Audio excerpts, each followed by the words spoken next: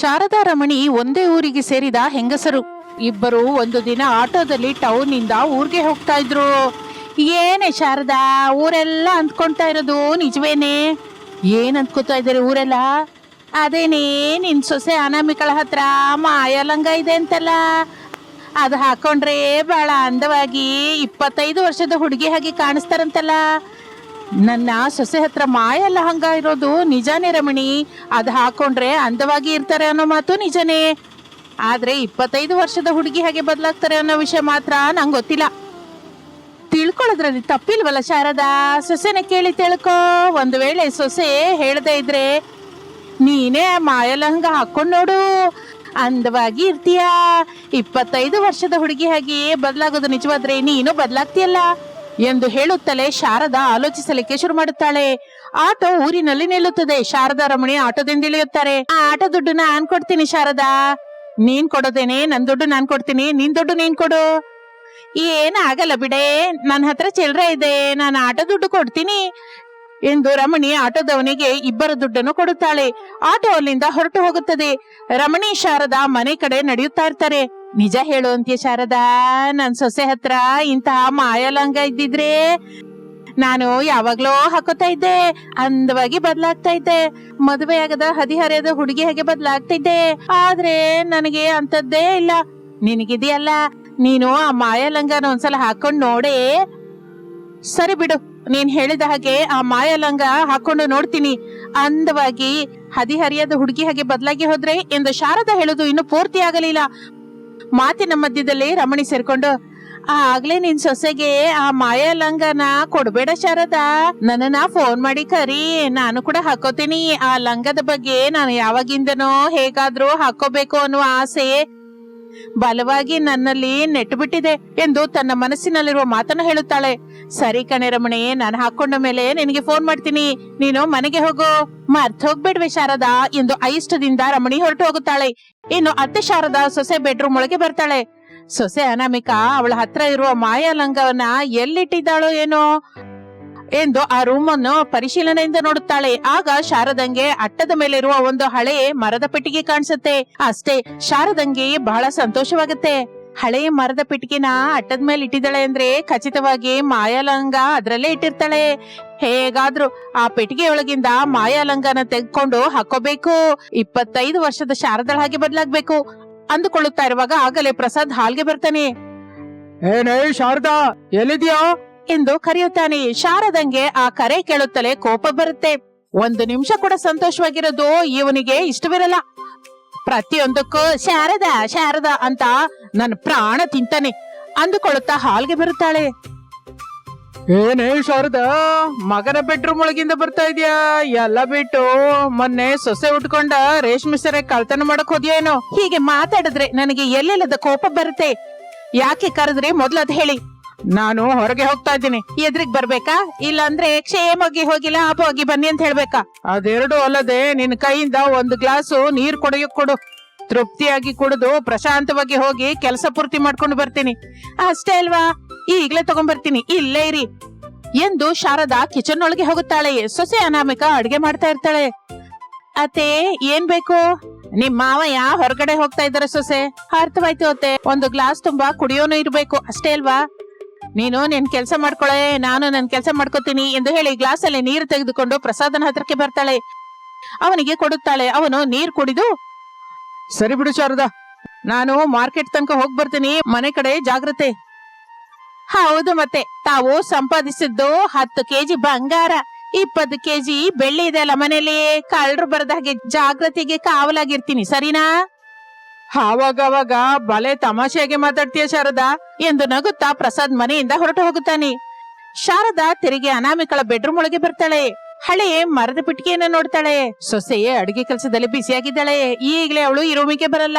ನಾನು ನಿಧಾನವಾಗಿ ಹಳೆ ಮರದ ಪೆಟ್ಟಿಗೆಯನ್ನು ತೆಗೆದು ಅದರಲ್ಲಿರುವ ಮಾಯಾಲಂಗವನ್ನು ಹಾಕೋತೀನಿ, ಮದುವೆ ಆಗದ ಶಾರದಳ ಹಾಗೆ ಬದಲಾಗಬಹುದು ಎಂದುಕೊಳ್ಳುತ್ತಾ ಇರುವಾಗ ಅನಾಮಿಕಾ ಬರ್ತಾಳೆ. ಅತ್ತೆ, ನೀವೇನ್ ಮಾಡ್ತಾ ಇದ್ದೀರಾ ಇಲ್ಲಿ ಎಂದು ಸಡನ್ ಆಗಿ ಕೇಳುತ್ತಾಳೆ. ಶಾರದಾ ಬೆಚ್ಚಿ ಬಿದ್ದು ಗಜಿಬಿಡಿಯಿಂದ, ಅದು ನಾನು ರೂಮ್ ಅನ್ನು ಜೋಡಿಸ್ತಾ ಇದ್ದೀನಿ ಎಂದು ಹೇಳುತ್ತಾಳೆ. ಆಗ ಅನಾಮಿಕಾ, ರೂಮನ್ ಜೋಡಿಸ್ತಾ ಇದ್ದೀರಾ ಇಲ್ಲ ಅಟ್ಟದ ಮೇಲೆ ಇರುವ ಆ ಹಳೆ ಮರದ ಪೆಟ್ಟಿಗೆ ತೆಗಿಬೇಕು ಅಂತ ನೋಡ್ತಾ ಇದ್ದೀರಾ ಹೇಳಿ ಅತ್ತೆ ಎಂದು ಕೇಳುತ್ತಾಳೆ. ಆ ಮಾತನ್ನು ಕೇಳಿ ಶಾರದಾ ಆಶ್ಚರ್ಯ ಹೋಗುತ್ತಾಳೆ. ನಿಂಗೆ ಹೇಗ್ ಗೊತ್ತಾಯ್ತೆ ಸೊಸೆ? ಅತ್ತೆ, ಆ ಪೆಟ್ಟಿಗೆ ಬಗ್ಗೆ ನಂಗೆ ತುಂಬಾ ಚೆನ್ನಾಗಿ ಗೊತ್ತು. ಅದ್ರಲ್ಲಿರೋದು ಸಾಧಾರಣ ಲಂಗವಲ್ಲ, ಮಾಯಾ ಲಂಗ. ಆ ಪೆಟ್ಟಿಗೆ ಹತ್ರ ಹೋಗ್ಬೇಡಿ. ನಾನು ಏನಕ್ಕೆ ಹೇಳ್ತಾ ಇದ್ದೀನೋ ಅರ್ಥ ಮಾಡ್ಕೊಳ್ಳಿ. ಸೊಸೆ, ನೀನ್ ಹೇಗೆ ಹೇಳಿದ್ರು ಏಕೆ ಹೇಳಿದ್ರು ಆ ಮಾಯಾಲಂಗನ ನಂಗೆ ನೋಡ್ಬೇಕು ಅಂತಿದೆ. ಆ ಮಾಯಾಲಂಗದ ಬಗ್ಗೆ ಈ ಊರೆಲ್ಲ ಕತೆ ಹೇಳ್ತಾ ಇದೆ. ಒಂದ್ಸಲ ತೋರ್ಸೆ, ಅದನ್ನ ಹಾಕೊಂಡ್ರೆ ಮತ್ತೆ ಯುವತಿ ಹಾಗೆ ಬದ್ಲಾಗ್ತೀನಿ ಅಂತ ಕೂಡ ಕೇಳ್ದೆ. ಒಂದ್ಸಲ ಹಾಕೊಂಡ್ರೆ ಸಾಕು ಅನ್ಸುತ್ತೆ. ಅತ್ತೆ, ಆ ಲಂಗ ಹಾಕೊಂಡವರು ಹೊರಗಡೆಗೆ ಅಂದವಾಗಿ ಕಾಣಿಸ್ತಾರೆ, ಆದರೆ ಅವರ ಮನಸ್ಸಲ್ಲಿರುವ ನಿಜವಾದ ಭಾವನೆಗಳು ಒಂದೊಂದಾಗಿ ಕಣ್ಮರಿಯಾಗಿ ಹೋಗುತ್ತೆ ಎಂದು ಅನಾಮಿಕಾ ಹೇಳುತ್ತಲೇ ಶಾರದಾ ಭಯಪಡುತ್ತಾಳೆ. ಏನೇ ಸೊಸೆ ನೀನ್ ಹೇಳ್ತಾ ಇರೋದು? ನಿಜ ಅತ್ತೆ, ಪ್ರೇಮ, ಅನುರಾಗ, ಕುಟುಂಬದ ಮೇಲೆ ಮಮತೆ ಇವೆಲ್ಲ ಕಡಿಮೆ ಆಗುತ್ತೆ. ಕಡೆಗೆ ಮನುಷ್ಯ ಒಂಟಿಯಾಗಿ ಬದಲಾಗುತ್ತಾನೆ. ನೀವು ಕೂಡ ಹಾಗೆ ಒಂಟಿಯಾಗಿರ್ಬೇಕು ಅನ್ಕೊಂಡಿದ್ದೀರಾ ಹೇಳಿ? ಈಗ್ಲೇ ಆ ಲಂಗ ತೆಗೆದು ನಿಮಗೆ ಕೊಡ್ತೀನಿ. ಬೇಡ ಮಕ್ಕಳೇ, ನಾನು ಹಾಗೆ ಬದುಕೋಬೇಕು ಅಂತ ಆಸೆ ಪಟ್ಟಿಲ್ಲ. ನಂಗೆ ಈ ಲಂಗ ಬೇಡ, ಏನೋ ಬೇಡ. ನಿಜ ಹೇಳತ್ತೆ, ನೀವೀಗ ತುಂಬಾ ಅಂದವಾಗಿದ್ದೀರಾ. ಮಾವಯ್ಯನಿಗೆ, ನನಗೆ, ಊರೆಲ್ಲರಿಗೂ ಹೀಗಿದ್ರೆ ನೀವು ನಮಗೆ ಹಿಡಿಸ್ತೀರಾ. ಬಹಳ ಸಂತೋಷ ಸೊಸೆ. ಮಾಯ ಲಂಗ ಹಾಕೊಂಡು ಹಳೆ ದಿನಗಳನ್ನ ಮತ್ತೆ ಅನುಭವಿಸಬೇಕು ಅಂದ್ಕೊಂಡೆ, ಆದ್ರೆ ನೀನು ನಿಜ ಹೇಳಿ ಒಳ್ಳೆ ಕೆಲಸ ಮಾಡ್ದೆ ಅಂದುಕೊಂಡು ಹೊರಟು ಹೋಗುತ್ತಾಳೆ. ಅನಾಮಿಕಾ ನೋಡಿ ತನ್ನಲ್ಲಿ ತಾನು ಮಾಯ ಲಂಗ ಹಾಕೋತಾಳಂತೆ. ಮಾಯ ಲಂಗ, ಈಗ ನಾನು ಹೇಳಿದ ಸುಳ್ಳಿನ ಕತೆ ನಂಬಿದಳೆ. ಇನ್ನು ಮೇಲೆ ನನ್ನ ಮಾಯಾ ಲಂಗದ ಹತ್ರನೇ ಬರಲ್ಲ, ನಿಜಕ್ಕೂ ಅದ್ರ ಬಗ್ಗೆ ಆಲೋಚನೆ ಮಾಡೋದಿಲ್ಲ ಎಂದುಕೊಂಡು ಕಿಚನ್ ಒಳಗೆ ಹೋಗುತ್ತಾಳೆ. ಶಾರದಾ ಕೂಡ ತನ್ನ ರೂಮಿನೊಳಗೆ ಹೋಗುತ್ತಾಳೆ. ಸೊಸೆ, ನನಗೆ ಭಯ ಪಡಿಸ್ಬೇಕು ಅಂತ ಒಂದು ಕಟ್ಟುಕತೆ ಹೇಳ್ದೆ. ನಂಗೆ ಆ ವಿಷಯ ಗೊತ್ತು. ನಾನು ಆ ಮಾಯಾ ಲಂಗ ಹಾಕೊಳ್ಳದೆ ಬಿಡೋದೇ ಇಲ್ಲ.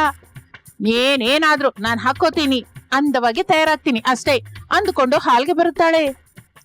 ಅನಾಮಿಕಾ ಎಲ್ಲಿದೆಯೇ ಎಂದು ಶಾರದಾ ಗಟ್ಟಿಯಾಗಿ ಕರೆಯುತ್ತಾಳೆ. ಕಿಚನ್ ಒಳಗಿಂದ ಅನಾಮಿಕಾ ಬರ್ತಾಳೆ. ಏನಾಯ್ತು ಅತ್ತೆ, ಯಾಕೆ ಅಷ್ಟೆಲ್ಲ ನನ್ನ ಕನವರಿಸ್ತಾ ಇದ್ದೀರಾ? ಕನವರಿಸ್ತಾ ಇಲ್ವೇ? ರಾತ್ರಿ ನಂಗೊಂದು ಕನ್ಸು ಬಂತು ಸೊಸೆ. ಅಯ್ಯೋ ಅತ್ತೆ, ಮಾವಯ್ಯನ ಒಂಟಿಯಾಗಿ ಮಾಡಿ ಹೊರಟೋದ್ರ? ಅಂದ್ರೆ ಈಗ ದೆವ್ವವಾಗಿ ಬಂದಿದ್ದೀರಾ ಏನೋ? ಅಮ್ಮ ದೆವ್ವ, ನಾನೇನು ಮಾಡ್ಬಿಡಿ ಅತ್ತೆ, ನಿಮ್ಗೆ ಇಷ್ಟ ಬಂದ ಅಡ್ಗೆ ಮಾಡ್ಕೊಡ್ತೀನಿ. ಏಯ್ ಸೊಸೆ, ನಾನ್ ಹೇಳೋದು ಪೂರ್ತಿಯಾಗಿ ಕೇಳಲ್ವಾ? ನಾನ್ ಹೋದ ಹಾಗೆ ಕನ್ಸು ಬಂದಿಲ್ಲ. ಮತ್ತೆ ನಾನ್ ಹೋದಾಗೆ ಕನ್ಸು ಬಂತ ಅತ್ತೆ? ಅಂದ್ರೆ ನಾನೀಗ ದೆವ್ವವಾಗಿ ಬಂದೆ ಅನ್ಕೋತೀರಾ? ಅಂದ್ರೆ ಪ್ರತೀಕಾರ ತೀರಿಸ್ಕೋಬೇಕು. ಏನತ್ತೇವ್ರೆ, ಹೇಗಿದ್ದೀರಾ ಎಂದು ನಿಜವಾಗಿಯೇ ದೆವ್ವ ಬಂದ ಹಾಗೆ ಮಾತನಾಡುತ್ತಾಳೆ ಅನಾಮಿಕಾ. ಸೊಸೆ, ಮಾಡಿದ ಚೇಷ್ಟೆ ಸಾಕು. ನಾನ್ ಹೇಳಿದ ಮಾತ್ ಕೇಳಿ. ರಾತ್ರಿ ಬಂದ ನನ್ನ ಕನಸಿನಲ್ಲಿ ನಿಮ್ಮ ತಂದೆಯವರು ಮರದ ಮೇಲಿಂದ ಬಿದ್ರು ಕಣೆ ಎಂದು ಶಾರದಾ ಹೇಳುತ್ತಲೇ ಅನಾಮಿಕಳಲ್ಲೇ ಸಂಭ್ರಮ ಹೊರಟೋಯ್ತು. ಅಳು ಮಾತಿನಿಂದ, ಅಯ್ಯೋ ಅಪ್ಪ, ನಾನು ತಕ್ಷಣ ಹೋಗಿ ಅಪ್ಪನ ನೋಡ್ಬೇಕು. ಅತ್ತೆ, ನಾನು ತವ್ರ ಮನೆಗೆ ಹೋಗಿ ನಮ್ ತಂದೆನ ನೋಡ್ ಬರ್ತೀನಿ. ನೀವು ಜಾಗೃತಿಯಾಗಿರಿ. ಅವರು ಆಫೀಸಿಂದ ಬಂದ ಮೇಲೆ ವಿಷಯ ಹೇಳಿ ಎಂದು ಅನಾಮಿಕಾ ಹಡಾಹುಡಿಯಿಂದ ಹೊರಟು ಹೋಗುತ್ತಾಳೆ. ಶಾರದಾ ಸಂತೋಷದಿಂದ, ನನ್ ಜೊತೆನೆ ಇಟ್ಕತಿಯ ಸೊಸೆ ಎಂದು ಅಂದುಕೊಂಡು ಅನಾಮಿಕಳ ಬೆಡ್ರೂಮ್ಗೆ ಬರುತ್ತಾಳೆ. ಹಳೆ ಮರದ ಪೆಟ್ಟಿಗೆಯೊಳಗಿಂದ ಮಾಯಾ ಲಂಗವನ್ನು ತೆಗೆದುಕೊಂಡು ಹಾಕಿಕೊಳ್ಳುತ್ತಾಳೆ. ಡ್ರೆಸ್ಸಿಂಗ್ ಟೇಬಲ್ ಮುಂದೆ ನಿಲ್ಲುತ್ತಾಳೆ. ಅಷ್ಟೇ, ಆ ಕನ್ನಡಿಯಲ್ಲಿ ಶಾರದಾ ಅಂದವಾದ ಹದಿಹರಿಯದ ಹುಡುಗಿ ಹಾಗೆ ಕಾಣಿಸುತ್ತಾಳೆ. ಶಾರದಾ ತನ್ನನ್ನು ಹಾಗೆ ನೋಡಿಕೊಂಡು ಎಷ್ಟೋ ಸಂತೋಷ ಪಡುತ್ತಾಳೆ. ಅನಾಮಿಕಾ ತವ್ರ ಮನೆಗೆ ಬರ್ತಾಳೆ. ಅವಳ ತಾಯಿ ತಂದೆ ಸುಜಾತಾ ರಾಜರು ಆನಂದದಿಂದಿರುತ್ತಾರೆ. ಅವ್ರ ಜೊತೆ ಮಾತಾಡಿ, ಅತ್ತೆ ನನ್ಗೆ ಸುಳ್ಳು ಹೇಳಿದ್ದಾರೆ ಅಂದ್ರೆ ಖಚಿತವಾಗಿ ಮಾಯಾಲಂಗದ ಬಗ್ಗೆನೇ ಇರ್ಬೇಕು. ನಾನು ಹೀಗೆ ಬರುತ್ತಲೇ ಹಾಗೆ ಮಾಯಾಲಂಗ ಹಾಕೊಂಡಿರ್ತಾಳೆ. ಅನಾಮಿಕಾ ಚಕಚಕ ತನ್ನ ಮನೆಗೆ ಬರುತ್ತಾಳೆ. ತನ್ನ ರೂಮಿನ ಬಾಗಿಲ ಹತ್ರ ನಿಂತ್ಕೊಂಡು ಮಾಯಾಲಂಗ ಹಾಕಿಕೊಂಡು ಕನ್ನಡದಲ್ಲಿ ಹದಿಹರಿಯದ ಹುಡುಗಿ ಹಾಗೆ ಕಾಣಿಸ್ತಾ ಇರುವ, ಸಂತೋಷ ಪಡ್ತಾ ಇರುವ ಅತ್ತೆ ಶಾರದಳನ್ನು ನೋಡುತ್ತಾಳೆ. ಬಾ ಸೊಸೆ, ಈ ಮಾಯಾಲಂಗದಲ್ಲಿ ನಾನ್ ಹೇಗಿದ್ದೀನಿ? ತುಂಬಾ ಚೆನ್ನಾಗಿದ್ದೀರಿ ಅತ್ತೆ. ಈ ವಿಷಯ ಹೊರಗೆ ಯಾರಿಗೂ ಹೇಳ್ಬೇಡಿ. ನಿಮ್ಮ ಹೊಟ್ಟೆಯೊಳಗೆ ಮುಚ್ಚಿಟ್ಕೊಳ್ಳಿ, ಅದೇ ನಮ್ಗೆ ಒಳ್ಳೇದು. ಈ ನಿಜವನ್ನು ಹೇಳಿದ್ರೆ ನನ್ನ ಹೊಟ್ಟೆ ಒಡೆದು ಹೋಗುತ್ತೆ, ಸತ್ತು ಹೋಗ್ತೀವಿ. ಇದು ಮಾತ್ರ ನಿಜ ಅತ್ತೆ. ಸರಿ ಅಮ್ಮ ಸೊಸೆ, ಇದನ್ನ ನಿಜ ಅಂತ ನಂಬ್ತೀನಿ ಬಿಡು ಎಂದು ಶಾರದಾ ಆ ಮಾಯಾಲಂಗವನ್ನು ತೆಗೆದು ಅನಾಮಿಕಳಿಗೆ ಕೊಡುತ್ತಾಳೆ. ಶಾರದಾ ಮಾಯಾಲಂಗದ ಬಗ್ಗೆ ಯಾರಿಗೂ ಹೇಳದೆ ತನ್ನ ಹೊಟ್ಟೆನಲ್ಲಿಯೇ ಮುಚ್ಚಿಟ್ಟುಕೊಂಡು ಜೀವಿಸುತ್ತಾಳೆ. ಇದು ಇಂದಿನ ಕತೆ. ಮತ್ತೊಂದು ಆಸಕ್ತಿಕರ ಕತೆ ಜೊತೆ ಮತ್ತೆ ಸೇರೋಣ. ಅಲ್ಲಿಯವರೆಗೂ ವಿರಾಮ. ನಮಸ್ತೆ. ಆನಂದವಾಗಿರುವ ಅತ್ತೆ ಶಾರದಳ ಹತ್ತಿರಕ್ಕೆ ಹಳ್ಳಿಯ ಸೊಸೆಯಾಗಿ ಹೆಸರು ತಂದುಕೊಂಡ ಚಿಕ್ಕ ಸೊಸೆ ಭಾವನಾ ಬರುತ್ತಾಳೆ. ಅತ್ತೆ, ಏನ್ ವಿಶೇಷ? ಈ ದಿನ ತುಂಬಾ ಸಂತೋಷವಾಗಿದ್ದೀರಾ? ಮಾಮೂಲಿ ಸಂತೋಷ ಅಲ್ಲ ಚಿಕ್ಕ ಸೊಸೆ, ಸಮುದ್ರದಷ್ಟು ಸಂತೋಷ. ನಮ್ಮನೆಗೆ ಅಮೆರಿಕ ಸೊಸೆ ಬರ್ತಾ ಇದ್ದಾಳೆ ಎಂದು ಹೇಳುತ್ತಲೇ ಭಾವನಾ ಕೂಡ ಸಂತೋಷ ಪಡುತ್ತಾಳೆ. ಅಮೆರಿಕದಿಂದ ಅನಾಮಿಕಾ ಅಕ್ಕ ಬರ್ತಾ ಇದ್ದಾಳೆ ಅಂದ್ರೆ ನನಗ್ ಕೂಡ ಸಂತೋಷನೇ ಅಲ್ವಾ ಅತ್ತೆ. ಸೊಸೆಯಾಗಿ ಬಂದ ಹೊಸದಲ್ಲಿ ನೋಡಿದ್ದೆ, ಸುಮಾರಾಗಿ 2 ವರ್ಷ ದಾಟಿದೆ, ಮತ್ತೆ ಈ ದಿನ ನೋಡ್ತಾ ಇದ್ದೀನಿ. ಭಾವನಾ, ಅನಾಮಿಕಂಗೆ ಎಂತಹ ಕಷ್ಟವೂ ಬಾರ್ದ ಹಾಗೆ ನೋಡ್ಕೋಬೇಕು. ಅಮೆರಿಕ ಸೊಸೆ ಅಂದ್ರೆ ನಿಮ್ಗೆ ಬಂಗಾರದ ಮೊಟ್ಟೆ ಕೊಡುವ ಬಾತು ಅಂತ ನಂಗೆ ಗೊತ್ತು ಅತ್ತೆ. ನಿಮಗಾಗಿ ಅಂತ ಅಕ್ಕ ಹತ್ತಿರದಿಂದ ದೊಡ್ಡ ಮೊತ್ತದಲ್ಲಿ ದುಡ್ಡು ತಗೋಬೇಕು ಅಂದ್ಕೊಂಡಿದ್ದೀರಾ ಅಷ್ಟೇ ಅಲ್ವಾ ಅತ್ತೆ? ಅಷ್ಟೇ ಸೊಸೆ, ನೀನು ಮಾತ್ರ ಅನಾಮಿಕಂಗೆ ಎಂತಹ ಕಷ್ಟವೂ ಬಾರದ ಹಾಗೆ ನೋಡ್ಕೋ. ಏನ್ ಬೇಕು ಅಂದ್ರೆ ಅದು ಮಾಡ್ಕೊಡು. ಅನಾಮಿಕಾ ನಮ್ಮ ಪಾಲಿಗೆ ಧನಲಕ್ಷ್ಮಿ ಅನ್ನೋದು ಮರಿಬೇಡ. ಹಾಗೆ ಅತ್ತೆ. ಹೋಗು ಸೊಸೆ, ನಾನು ಹೇಳಿದ ಅಡ್ಗೆ ಎಲ್ಲ ಮಾಡು. ಅನಾಮಿಕಂಗೆ ತುಂಬಾ ಹಿಡಿಸ್ಬೇಕು. ಅಮೆರಿಕ ಅಕ್ಕನಿಗೆ ಹಿಡಿಸುವ ಹಾಗೆ ನೀವು ಹೇಳಿದ ಅಡ್ಗೆ ಎಲ್ಲ ಮಾಡ್ತೀನಿ ಅತ್ತೆ ಎಂದು ಭಾವನಾ ಕಿಚನ್ ಒಳಗೆ ಹೋಗುತ್ತಾಳೆ. ಆಗಲೇ ಪ್ರಸಾದ್ ಮನೆಗೆ ಬರುತ್ತಾನೆ. ಜಗಲಿ ಮೇಲೆ ಕೂತ್ಕೊಂಡ ದಂಡೂರ ಮಲ್ಲೆಯ, ಹೂವಿನ ಅಂಗಡಿಯ ಸರೋಜ, ಕುಂಬಳಕಾಯಿಯ ಪ್ರಮೀಳಾ ಕಾಣಿಸುತ್ತಾರೆ. ಏನ್ ಮಲ್ಲಯ್ಯ, ನೀವೆಲ್ಲರೂ ನಮ್ಮನೆಗೆ ಬಂದು ಯಾಕೆ ಕೂತಿದ್ದೀರಾ? ಸ್ವಾಮಿಯವರೇ, ಅಮ್ಮನವರು ನಮ್ಮ ಮೂವರನ್ನ ಇಲ್ಲಿ ಕರೆಸಿ ಕೂತ್ಕೊಂತ ಹೇಳಿದಾರಪ್ಪ. ಶಾರದಾ ಅವರನ್ನ ಏನಕ್ಕೆ ಕರೆಸಿದ್ದಾಳೋ ಪ್ರಸಾದನಿಗೆ ಅರ್ಥವಾಗಲಿಲ್ಲ. ನಿಮ್ಮ ಮೂರನ್ನು ಯಾಕೆ ಬಾ ಅಂತ ಹೇಳಿದಾಳೆ? ಈ ದಿನ ಅಮೆರಿಕದಿಂದ ದೊಡ್ಡ ಸೊಸೆ ಬರ್ತಾ ಇದ್ದಾಳಂತಲ್ಲ ಸ್ವಾಮಿ. ಆಕೆ ಮನೆಗೆ ಬರ್ತಾಳೆ. ಮಲ್ಲಯ್ಯನ ಡಬ್ಬು ಹೊಡಿಬೇಕಂತೆ, ನಾನೇನು ಹೂ ಚೆಲ್ಬೇಕಂತೆ, ಪ್ರಮೀಳಾ ದೃಷ್ಟಿ ತೆಗಿಬೇಕಂತೆ. ಅದಕ್ಕೆ ನಮ್ಮೆಲ್ಲರನ್ನು ಕರೆಸಿ ಇಲ್ಲಿ ಕುತ್ಕೊಂಡಿದ್ದಾರೆ ಎಂದು ಹೇಳುತ್ತಾ ಇರುವಾಗ ಮನೆ ಮುಂದೆ ಆಟೋ ನಿಲ್ಲುತ್ತದೆ. ಆ ಸೌಂಡ್ ಕೇಳಿ ಹೊರಗೆ ಶಾರದಾ ಬರುತ್ತಾಳೆ. ಆ ಮೂವರು ತಿನ್ನೋದನ್ನು ನಿಲ್ಲಿಸಿ ಆಶ್ಚರ್ಯದಿಂದ ಆಟೋ ಕಡೆ ನೋಡ್ತಾ ಇರ್ತಾರೆ. ಅಮೆರಿಕ ಸೊಸೆ ಅನಾಮಿಕಾ, ರಮೇಶ್ ಆಟೋದಿಂದ ಇಳಿಯುತ್ತಾರೆ. ಶಾರದಂಗೆ ಸಂತೋಷವಾಗುತ್ತದೆ. ಮಲ್ಲಯ್ಯ, ಸರೋಜಾ, ಏಯ್ ಪ್ರಮೀಳಾ, ಮೂವರು ಸಿದ್ಧವಾಗಿರ್ರೇ, ನನ್ನ ಅಮೆರಿಕ ಸೊಸೆ ಅನಾಮಿಕಾ ಬಂದ್ಲು, ಎದಳಿ ಎದಳಿ ಎಂದು ಹೇಳುತ್ತಾಳೆ ಶಾರದಾ. ಮಲ್ಲಯ್ಯ ಡಬ್ಬು ಹೊಡಿತಾ ಇರ್ತಾನೆ. ಸರೋಜಾ ಹೂ ಚೆಲ್ತಾ ಇರ್ತಾಳೆ. ಲಗೇಜ್ ಜೊತೆ ಅನಾಮಿಕಾ, ರಮೇಶ್ ಶಾರದಳ ಹತ್ರಕ್ಕೆ ಬರ್ತಾರೆ. ಪ್ರಮೀಳಾ, ದೃಷ್ಟಿ ತೆಗಿ. ಆಂಟಿ, ಮೊದ್ಲು ಆಟೋ ಅವನಿಗೆ ದುಡ್ಡು ಕೊಟ್ಟು ಕಳಿಸಿ. ನನ್ನ ಹತ್ರ ಎಲ್ಲ ಡಾಲರ್ಸ್ ಇದೆ, ಅದನ್ನ ದುಡ್ಡಾಗಿ ಬದಲಾಯಿಸ್ಬೇಕು ಅಂದ್ರೆ ಸ್ವಲ್ಪ ಸಮಯ ಹಿಡಿಯುತ್ತೆ ಎಂದು ಹೇಳುತ್ತಾಳೆ. ಶಾರದಾ ಇಷ್ಟದಿಂದಲೇ ಮುಖವಿಟ್ಟು ತನ್ನಲ್ಲಿ ತಾನು, ನಾನು ಅಮೆರಿಕ ಸೊಸೆ ಹತ್ರ ದುಡ್ಡು ವಸೂಲು ಮಾಡ್ಬೇಕು ಅಂತ ಅಂದ್ಕೊಂಡ್ರೆ ನನ್ನ ಹತ್ರನೇ ಖರ್ಚು ಮಾಡಿಸ್ತಾ ಇದ್ದಾಳೆ. ಪ್ರತಿಯೊಂದು ಲೆಕ್ಕ ಬರ್ಕೋಬೇಕು. ಹಾಗೆ ಸೊಸೆ, ನಾನ್ ಕೊಟ್ಟು ಕಳಿಸ್ತೀನಿ ಬಿಡು. ಪ್ರಮೀಳಾ, ನೀನು ದೃಷ್ಟಿ ತೆಗಿ ಎಂದು ಹೊರಟು ಹೋಗುತ್ತಾಳೆ ಶಾರದಾ. ಪ್ರಮೀಳಾ ದೃಷ್ಟಿ ತೆಗೆಯುತ್ತಾಳೆ. ಅನಾಮಿಕ, ರಮೇಶ್ ಮನೆಯೊಳಗೆ ಹೋಗುತ್ತಾರೆ. ಅನಾಮಿಕ, ರಮೇಶ್ ಕುರ್ಚಿಯಲ್ಲಿ ಕುತ್ಕೋತಾರೆ. ಭಾವನಾ ಟೀ ತೆಗೆದುಕೊಂಡು ಬಂದು ಕೊಡ್ತಾಳೆ. ಅನಾಮಿಕ ಟೀ ಕುಡಿಯುತ್ತಾ ಇರುವಾಗ ಶಾರದಾ ಬರ್ತಾಳೆ. ಅಮೆರಿಕ ಸೊಸೆ, 1-2 ಸಾವಿರ ಕೊಡಮ್ಮ. ಹೇಳಿದ್ನಲ್ಲ ಅತ್ತೆ, ನನ್ನ ಹತ್ರ ಎಲ್ಲ ಡಾಲರ್ಸ್ ಇದೆ, ಈಗ ಖರ್ಚು ಮಾಡಿ ಲೆಕ್ಕ ಬರ್ಕೊಳ್ಳಿ. ಆ ನಂತರ ಡಾಲರ್ಸ್ ನ ಬದಲಾಯಿಸಿ ದುಡ್ಡು ಕೊಡ್ತೀನಿ. ಸರಿಯಮ್ಮ ಸೊಸೆ ಎಂದು ಶಾರದಾ ಹೊರಗೆ ಬಂದು ಮಲ್ಲಯ್ಯ, ಸರೋಜಾ, ಪ್ರಮೀಳರಿಗೆ ಕಡಿಮೆ ದುಡ್ಡು ಕೊಟ್ಟು ಕಳಿಸುತ್ತಾಳೆ. ಆಂಟಿ, ನಾನ್ ಹೇಳೋದನ್ನ ಜಾಗ್ರತೆಯಾಗಿ ಕೇಳಿ. ನಾನು ಇಲ್ಲೇ ಪರ್ಮನೆಂಟ್ ಆಗಿರೋದಕ್ಕೆ ಬಂದಿದ್ದೀನಿ. ನನಗೆ ಎಂತಹ ಕಷ್ಟವೂ ಬಾರದ ಹಾಗೆ ನೋಡ್ಕೋಬೇಕಾದ ಜವಾಬ್ದಾರಿ ನಿಮ್ಮೇಲಿದೆ. ನಾನು ಸಂತೋಷವಾಗಿದ್ರೇನೆ ನಾನು ಸಂಪಾದಿಸಿದ ಡಾಲರ್ಸ್ ನಿಮ್ಗಾಗಿ ಖರ್ಚು ಮಾಡೋದಕ್ಕೆ ತಗೊಂಡ್ಬಂದಿದ್ದೀನಿ. ನಾನು ಎಷ್ಟು ಸಂತೋಷವಾಗಿದ್ರೆ ಅಷ್ಟು ಡಾಲರ್ಸ್ ನಿಮ್ಮೆಲ್ಲರಿಗಾಗಿ ಖರ್ಚು ಮಾಡ್ತೀನಿ. ಅತ್ತೆ, ಭಾವನಾ, ನಾನು ಹೇಳಿದ ಅರ್ಥವಾಗ್ತಿದೆ ಅಲ್ಲ? ನೀನು ಅಮೆರಿಕದಿಂದ ಬಂದಿದ್ಯಾ ದೊಡ್ಡ ಸೊಸೆ, ನಿನಗೆ ಯಾವಾಗ್ಲೂ ಏನ್ ಬೇಕು ಅಂದ್ರು ನಂಗೆ ಹೇಳು, ನಾನು ಅರ್ಧ ನಿಮಿಷದಲ್ಲಿ ಎಲ್ಲ ಸಿದ್ಧ ಮಾಡಿ ಕೊಡ್ತೀನಿ. ಸರಿ ಅತ್ತೆ, ನಾನು ಜರ್ನಿ ಮಾಡಿ ಬಹಳ ಸುಸ್ತಾಗಿದ್ದೀನಿ. ಭಾವನಾ, ನೀನ್ ಹೋಗಿ ಮಲಗು ರೂಮನ್ನ ಶುಭ್ರ ಮಾಡು. ರೂಮ್ ಎಲ್ಲ ಒಳ್ಳೆ ವಾಸನೆ ಬರೋ ಹಾಗೆ ಅಗರಬತ್ತಿ ಇಡು. ಹೋಗು. ಭಾವನಾ ಏನು ಮಾತನಾಡದೆ ಹೊರಟು ಹೋಗುತ್ತಾಳೆ. ಅನಾಮಿಕಾ ಹೇಳ್ತಾ ಇರೋದು ಶಾರದಾ ಶ್ರದ್ಧೆಯಿಂದ ಕೇಳ್ತಾ ಇರ್ತಾಳೆ. ಭಾವನಾ ರೂಮನ್ನು ಶುಭ್ರ ಮಾಡಿ ಅಗರಬತ್ತಿ ಇಡ್ತಾಳೆ. ಇನ್ನು ಆಗಿನಿಂದ ಅಮೆರಿಕ ಸೊಸೆ ಮಹಾರಾಣಿ ಹಾಗೆ ಇರುತ್ತಾ ಭಾವನಳ ಕೈಯಲ್ಲಿ, ಶಾರದಳ ಕೈಯಲ್ಲಿ ಎಲ್ಲ ಕೆಲಸಗಳನ್ನು ಮಾಡಿಸ್ತಾ ಇರ್ತಾಳೆ. ಪಾಪ ಭಾವನ ಸುಸ್ತಾದರೂ ಶಾರದಾ ಕೇಳಿಸ್ಕೊತಾ ಇರ್ಲಿಲ್ಲ. ಅತ್ತೆ, ಅನಾಮಿಕಾ ಅಕ್ಕ 1 ವಾರವಾಯ್ತು ಬಂದು. ರಾತ್ರಿ ಹಗಲು ಅನ್ನೋ ಭೇದವಿಲ್ಲದೆ ಎಲ್ಲ ಕೆಲಸಗಳು ಮಾಡ್ತಾನೆ ಇದ್ದೀನಿ. ನಾನು ಕೂಡ ಮನುಷ್ಯಳೇ ಅಲ್ವಾ, ಯಂತ್ರ ಏನಲ್ವಲ್ಲ. ಹೌದಮ್ಮ, ಅತ್ತಿಗೆ ಅಣ್ಣಯ್ಯ ಅಮೆರಿಕದಿಂದ ಬಂದಿದ್ದಾರೆ, ಒಳ್ಳೇದೇ. ಆದ್ರೆ ಇಲ್ಲಿರೋ ಭಾವನ ಕೆಲ್ಸದವಳ ಹಾಗೆ ಆಗೋದು ನನ್ಗಿಷ್ಟ ಇಲ್ಲಮ್ಮ. ಏನೋ ಚಿಕ್ಕವನು, ಈ ತಾಯಿಗೆ ಎದುರು ಮಾತಾಡ್ತಾ ಇದೀಯಾ? ನಮ್ಮ ಹತ್ರ ದುಡ್ಡಿಲ್ಲ. ಅದೇ ಅಮೆರಿಕದಿಂದ ಬಂದ ಅನಾಮಿಕಾ ಹತ್ರ ಬೇಕಾದಷ್ಟು ಡಾಲರ್ಸ್ ಇದೆ. ಅದ್ರಲ್ಲಿ ಕೆಲವು ಡಾಲರ್ಸ್ ನಮ್ಗಾಗಿ ಖರ್ಚು ಮಾಡಿದ್ರೆ ನಾವು ಚೆನ್ನಾಗಿರ್ತೀವಿ, ಒಳ್ಳೇದಾಗುತ್ತೆ. ಅಯ್ಯೋ ಅತ್ತೆ, ನಿಜಕ್ಕೂ ಅನಾಮಿಕಾ ಅಕ್ಕನ ಹತ್ರ ಡಾಲರ್ಸ್ ಇದೆಯಾ? ಬಂದಾಗಿನಿಂದ ನಮ್ಗೆ ಒಂದ್ಸಲವಾದ್ರೂ ತೋರಿಸಿದ್ದಳ? ಇಲ್ಲ. $1 ಇದೆ ಅಂತ ಹೇಳೋದಷ್ಟೇ, ನೀವು ನಂಬ್ತಾ ಇದ್ದೀರಾ? ನನ್ನ ಹತ್ರ ಎಲ್ಲ ಕೆಲಸ ಮಾಡಿಸ್ತಾ ಇದ್ದೀರಾ? ಛೇ, 1 ಸಲ ಆ ಡಾಲರ್ಸ್ ನ ತೋರ್ಸು ಅಂತ ಕೇಳಿ, ಆಗ ಗೊತ್ತಾಗುತ್ತೆ. ಹೌದು ಅಮ್ಮ, ಭಾವನ ಹೇಳಿದ ಹಾಗೆ ಮಾಡು. ನಿಜವಾಗಿ ಅತ್ತಿಗೆ ಹತ್ರ ಡಾಲರ್ಸ್ ಇದ್ರೆ ನಾನು ಕೂಡ ಕೆಲಸದವನ ಹಾಗೆ ಎಲ್ಲಾ ಕೆಲಸ ಮಾಡ್ತೀನಿ. ನಮ್ಮ ಬದುಕನ್ನ ಬದಲಾಯಿಸೋಣ. ಸರಿ ಮಗನೇ, ನನಗೆ ನನಗೆ ನನ್ನ ಅಮೆರಿಕ ಸೊಸೆ ಮೇಲೆ ನಂಬಿಕೆ ಇದೆ, ನಿಮಗೆ ನಂಬಿಕೆ ಇಲ್ಲ, ನಾನ್ ನಂಬಿಸ್ತೀನಿ ರೀ ಎಂದು ಹೇಳಿ ಶಾರದಾ ಅವರನ್ನು ಕರೆದುಕೊಂಡು ಅನಾಮಿಕಳ ಹತ್ರಕ್ಕೆ ಬರ್ತಾಳೆ.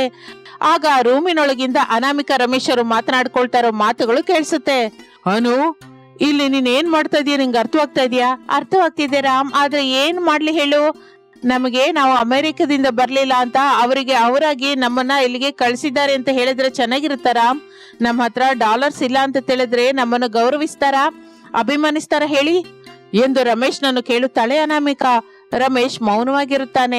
ಆ ರೂಮಿನ ಹೊರಗಿರುವ ಶಾರದಾ, ಭಾವನಾ, ವಿನೋದ್ ಆ ಮಾತುಗಳನ್ನು ಕೇಳಿ ಆಶ್ಚರ್ಯದಿಂದ ಮುಖ ನೋಡ್ಕೋತಾರೆ. ಒಳಗಡೆಯಿಂದ ಅನಾಮಿಕಾ ರಮೇಶರ ಮಾತು ಕೇಳಿಸುತ್ತಾ ಇರುತ್ತೆ. ಶಾರದಂಗೆ ಕೋಪ ಬರುತ್ತೆ. ರೂಮಿನೊಳಗೆ ಹೋಗಿ ಅವರನ್ನ ಗಟ್ಟಿಯಾಗಿ ಬೈಬೇಕು ಅಂದ್ಕೋತಾಳೆ. ಆದ್ರೆ ಭಾವನಾ ಅಡ್ಡಪಡಿಸುತ್ತಾಳೆ. ಕೋಪ ಮಾಡ್ಕೋಬಿಡಿ ಅತ್ತೆಯೇ, ನಮ್ಮನ್ನ ಹೇಗೆ ಆಡ್ಕೊಂಡ್ಲೋ ನಾವು ಹಾಗೆ ಆಡ್ಕೊಳ್ಳೋಣ. ಅಮೆರಿಕ ಅಕ್ಕ ನಮ್ಮನ್ನ ಬಿಟ್ಬಿಟ್ಟು ಎಲ್ಲಿಗೆ ಹೋಗ್ತಾಳೆ ಹೇಳಿ? ಇಲ್ಲೇ ಅಲ್ವಾ ಇರ್ತಾಳೆ, ಇರ್ಬೇಕು ಕೂಡ. ನಾವು ಆಡ್ಕೊಂಡ್ರೆ ಹೇಗಿರುತ್ತೆ ಅಂತ ಕೂಡ ತೋರಿಸ್ಬೇಕಲ್ಲ ಅತ್ತೆ ಎಂದು ಭಾವನ ಹೇಳುತ್ತಾಳೆ. ಶಾರದಂಗೆ ಕೂಡ ಅದು ನಿಜವೆನಿಸುತ್ತದೆ. ಇನ್ನು ಹಳ್ಳಿ ಅತ್ತೆ ಸೊಸೆರು ಸೇರಿ ಒಂದಾಗುತ್ತಾರೆ. ಮಾರನೇ ದಿನ, ಆಂಟಿ, ಏನು? ನನ್ಗೇನು ಕಾಫಿ ಬಂದಿಲ್ಲ. ಏನ್ ಮೇಲಿಂದ ಕಾಫಿ ಅಲ್ಲ, ನೀರಿನ ಹನಿ ಕೂಡ ಬರಲ್ಲ ಸೊಸೆ. ಅಕ್ಕ, ನೀನ ಅಮೆರಿಕ ಬದುಕೆಲ್ಲ ಗೊತ್ತಾಗಿ ಹೋಯ್ತು, ಇನ್ನು ಏನಕ್ಕೆ ಬಿಲ್ಡಪ್? ಅನಾಮಿಕ ಏನು ಮಾತನಾಡಲಿಲ್ಲ. ಹೋಗಿ ಆ ಸಿಂಕ್ ತುಂಬಾ ಪಾತ್ರೆಗಳೇ, ಅದನ್ನ ಶುಭ್ರವಾಗಿ ತೊಳೆ. ಹಾಗೆ ಬಟ್ಟೆ ಕೂಡ ಇದೆ, ಅದನ್ನ ಕೂಡ ವಾಶ್ ಮಾಡ್ಬಿಡು. ಅನಾಮಿಕ ಏನು ಮಾತನಾಡದೆ ಶಾರದಳನ್ನು, ಭಾವನಳನ್ನು ನೋಡುತ್ತಾಳೆ. ಎಷ್ಟು ನೋಡಿದ್ರು ಏನು ಲಾಭವಿಲ್ಲ ಸೊಸೆ. ಇನ್ನು ಮೇಲಿಂದ ಭಾವನ ಹೇಳಿದಾಗೆ ಮಾಡು, ಇಲ್ಲ ಅಂದ್ರೆ ಅಮೆರಿಕಕ್ಕೆ ಹೊರಟೋಗು. ಅಮೆರಿಕ ಹೋಗಲ್ಲ ಅಂತ ನನ್ನ ಹತ್ರ ಡಾಲರ್ಸ್ ಇಲ್ಲ ಅಂತಲ್ವಾ ನೀವು ಭಾವನ ಹೀಗೆ ಮಾತಾಡ್ತಾ ಇದ್ದೀರಾ? ಹೌದು ಅತ್ತೆ, ನಾನು ಅಮೆರಿಕಕ್ಕೆ ಯಾವಾಗ್ಲೂ ಹೋಗಲ್ಲ, ಇಲ್ಲೇ ಇರ್ತೀನಿ, ಮನೆ ಕೆಲಸ ಮಾಡ್ಕೋತಾ ಇರ್ತೀನಿ, ನೀವು ಕೊಟ್ಟಿದ್ದೇ ತಿಂತಾ ಇರ್ತೀನಿ, ಎದುರು ಮಾತಾಡಲ್ಲ, ಸರಿನಾ? ಮಾತಾಡೋದಷ್ಟು ಸುಲಭವಲ್ಲ ಸೊಸೆ, ಕೆಲಸ ಮಾಡು, ಹೋಗು. ಅನಾಮಿಕಾ ಕಿಚನ್ ಒಳಗೆ ಹೋಗುತ್ತಾಳೆ. ಅತಿ ಕಷ್ಟದಿಂದ ಸಿಂಕ್ ಅಲ್ಲಿರೋ ಪಾತ್ರೆಗಳನ್ನ ವಾಶ್ ಮಾಡ್ತಾಳೆ. ಆ ನಂತರ ಬಟ್ಟೆ ವಾಶ್ ಮಾಡ್ತಾಳೆ. ಶಾರದಾ, ಭಾವನಾ ಪಾಪ್ಕಾರ್ನ್ ತಿನ್ನುತ್ತಾ ಟಿವಿ ನೋಡ್ತಾ ಇರ್ತಾರೆ. ಅನಾಮಿಕಾ ದುಃಖದಿಂದ ಮನೆಯನ್ನ ಒರೆಸ್ತಾ ಇರ್ತಾಳೆ. ಹೀಗೆ ದಿನಗಳು ಕಳೆಯುತ್ತಾ ಇರುತ್ತದೆ. ಅಮೆರಿಕ ಸೊಸೆ ಅನಾಮಿಕಾ ಕೋಳಿ ಕೂಗುವಾಗ ನಿದ್ರೆಯಿಂದ ಹೇಳ್ತಾಳೆ. ಮನೆ ಹೊರಗೆ ರಂಗೋಲಿ ಹಾಕುತ್ತಾಳೆ. ಎಲ್ರಿಗೂ ಕಾಫಿ ಕೊಡ್ತಾಳೆ. 8ಗೆಲ್ಲ ಟಿಫಿನ್ ಮಾಡಿ ಇಡ್ತಾಳೆ. ಲಂಚ್ಗೆ ಯಾರಿಗೆ ಏನ್ ಬೇಕೋ ಕೇಳಿ ಮತ್ತೆ ಮಾಡಿಡ್ತಾ ಇರ್ತಾಳೆ. ಒಂದು ದಿನ ಅನಾಮಿಕಾ, ನೀವ್ ಹೇಳಿದ ಹಾಗೆ ನಾನು ಸುಳ್ಳು ಹೇಳ್ದೆ ಅತ್ತೆ. ಭಾವನಾ, ವಿನೋದ್ $3ಗಾಗಿ ಗೌರವನ ನಟಿಸಿದ್ರು. ಈಗ ನನ್ನ ಹತ್ರ ಡಾಲರ್ಸ್ ಇದೆ ಅಂತ ತಿಳಿದ್ರೆ ಎಂದು ಮಾತನಾಡುತ್ತಿರುವ ಮಾತುಗಳನ್ನು ಶಾರದಾ, ಭಾವನ ಕೇಳಿಸ್ಕೊತಾರೆ. ಇಬ್ಬರು ಮುಖ ಬಿಳಿಚಿಕೊಂಡು ಒಬ್ಬರನ್ನೊಬ್ರು ನೋಡ್ಕೋತಾರೆ. ಇನ್ನು ಆಗಿನಿಂದ ಅನಾಮಿಕಳ ಜೊತೆ ಅವರು ಕೂಡ ಕಲೆತು ಕೆಲಸ ಮಾಡಲಿಕ್ಕೆ ಶುರು ಮಾಡುತ್ತಾರೆ. ಅದನ್ನು ನೋಡಿ ಅನಾಮಿಕಾ ನಗುತ್ತಾಳೆ. ಇದು ಇಂದಿನ ಕತೆ, ಹಳ್ಳಿಯ ಸೊಸೆ ವರ್ಸಸ್ ಅಮೆರಿಕಾ ಸೊಸೆ. ನಿಮಗೆ ಹೇಗನ್ನಿಸಿತೋ ಕಾಮೆಂಟ್ ರೂಪದಲ್ಲಿ ಹೇಳಿ. ಹಾಗೆಯೇ ಅಮೆರಿಕದಿಂದ ಬಂದು ಇಂಡಿಯಾಗೆ ಬರುತ್ತಲೇ ಬಹಳ ಜಂಬದಿಂದಿರುವ ನಿಮ್ಮ ಫ್ರೆಂಡ್ಸ್ ಇಲ್ಲ ನೆಂಟರನ್ನು ಯಾವಾಗಲಾದ್ರೂ ಹೀಗೆ ನೀವು ಕೂಡ ಅಂದ್ಕೊಂಡಿದ್ದೀರಾ? ಅಂದುಕೊಂಡ್ರೆ ಕಮೆಂಟ್ ಸೆಕ್ಷನ್ ಅಲ್ಲಿ ತಿಳಿಸಿ. ಮತ್ತೊಂದು ಆಸಕ್ತಿಕರ ಕಥೆ ಜೊತೆ ಮತ್ತೆ ಸೇರೋಣ. ನಮಸ್ತೆ.